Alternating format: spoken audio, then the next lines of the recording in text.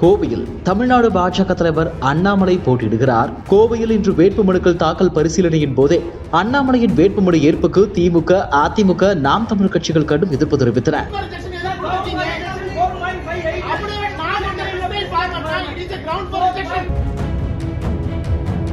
ஆனால் இந்த எதிர்ப்பை மீறி அண்ணாமலையின் வேட்புமனு ஏற்கப்பட்டதாக தேர்தல் அதிகாரி அறிவித்தார்.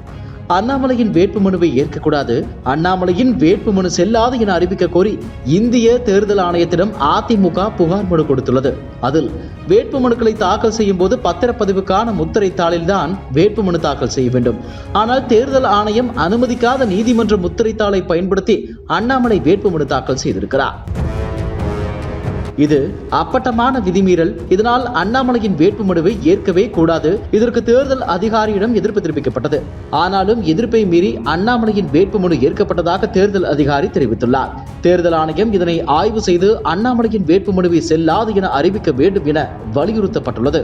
அத்துடன் அண்ணாமலையின் வேட்புமனுவை செல்லாது என அறிவிக்க கோரி நீதிமன்றத்தில் வழக்கு தொடரப் போவதாகவும் அதிமுக தெரிவித்துள்ளது. இதேபோல நாம் தமிழர் கட்சியினரும் இந்திய தேர்தல் ஆணையத்தில் அண்ணாமலையின் வேட்புமனு ஏற்புக்கு எதிராக புகார் கொடுத்துள்ளனர். இந்த நிலையில் அண்ணாமலை எண் 17 மற்றும் எண் 27 என 2 வேட்புமனுக்களை தாக்கல் செய்துள்ளார். எண் 17வது வேட்புமனு இந்தியா கோர்ட் ஃப்ரீ பத்திரத்தில் கையெழுத்தின்றி இருந்ததால் அது நிராகரிக்கப்பட்டது.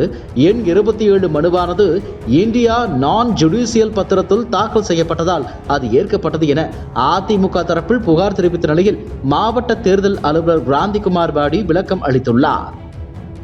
இதுபோன்ற செய்திகளை மேலும் தெரிந்து கொள்ள எங்களது யூடியூப், ஃபேஸ்புக் மற்றும் ட்விட்டர் ஆப்களை சப்ஸ்கிரைப் செய்யவும்.